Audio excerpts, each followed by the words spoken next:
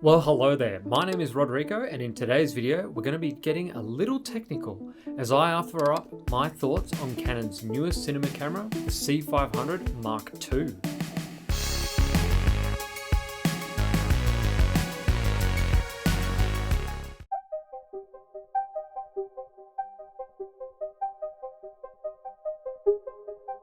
This is my Canon C500 camera. It's captured a whole range of content for broadcast and corporate work over the years.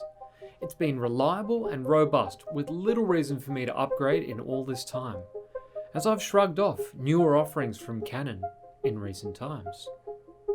Well, that was until her younger, hotter sibling came along. Oh, how it's tempting to swap her out for this new, hot model. Now, I'd love to show you some of my own product shots of the new C500 Mark II. I've had to borrow a little bit from other channels, so I do apologize to them in advance. I haven't had a physical one-on-one with the C500 Mark II yet. Looking at the specs, the C500 Mark II has piqued my interest in a few key areas. First of all, it's got a good full-frame 5.9K sensor, shooting at 50 or 60p. Indie filmmakers and TVC shooters will lap this up. 15 stops of dynamic range, which sounds pretty good, and should give users a nice wide gamut of colour to capture in C-Log 2 or C-Log 3. 10 stops of neutral density ranging from 0.3 to 3.0, and the ISO of 160 to 25,600, it's pretty standard but pretty good. The main thing is the EF or PL mount modification. Finally, Canon have seen the value in giving shooters an option to go for either EF or PL lenses, rather than being restricted or forced to use an adapter, which ultimately impacts the total dynamic range depending on what lens and adapter combo you're using. 2 CFast Express slots. Now, I'm going to say this is actually a downside for sure. Looks like anyone who's invested in the CFast cards will have to throw them out again, just like all of Canon's previous formats.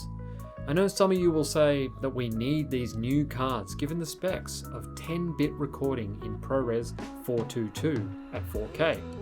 However, need I point out, the newer sensor on the C500 Mark II is going to be the same that's already available in the C700, which shoots on CFast 2.0 cards, so why can't we use those?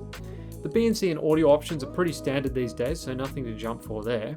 Finally, there's no EVF.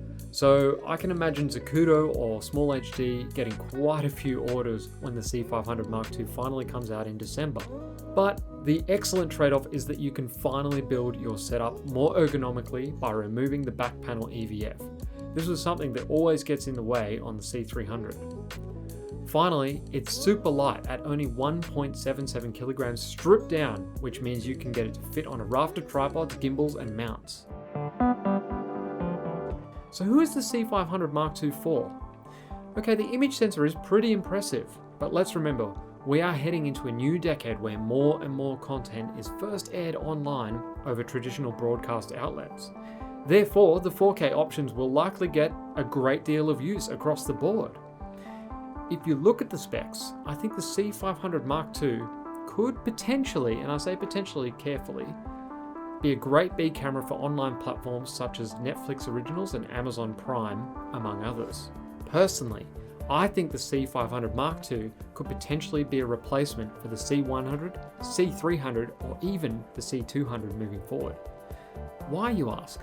Well, the C100 Mark II doesn't quite have the range of the C300, though its price point makes it attractive to indie filmmakers and small productions that don't need the bells and whistles that the C300 cameras currently offer.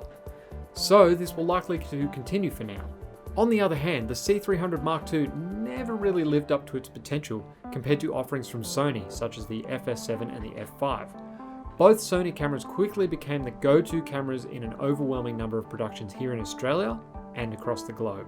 That leaves only the C200 as the only Canon cinema camera that could potentially still be worth investing in for a few years to come. However, the problem with the C200 is the file sizes. They're far too big for large-scale productions. If you have, say, 5 to 10 shooters banging out 10-bit content on the C200, wrangling and the edit workflow cannot cope with this volume of data, thus making the C200 undesirable in broadcast. Though the C200 has found a niche following for TVCs and online documentaries, from what I can gather. so it will likely continue to be supported for a few years yet. I think the C500 Mark II will ultimately replace the C300 range. The C500 Mark II will be more expensive out of the box, but the C300 Mark II isn't that much cheaper brand new. As for me, I've loved the C300.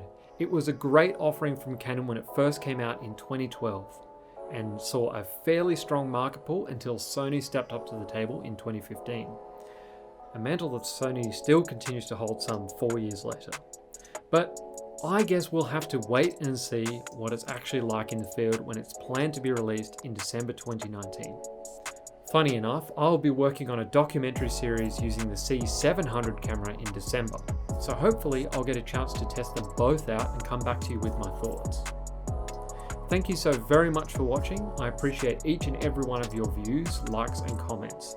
If you like my content, why not leave a like? And if you really like my content, why not subscribe and be sure to ping that little bell so you never miss a video from me. Catch you in the next one, guys. Bye for now.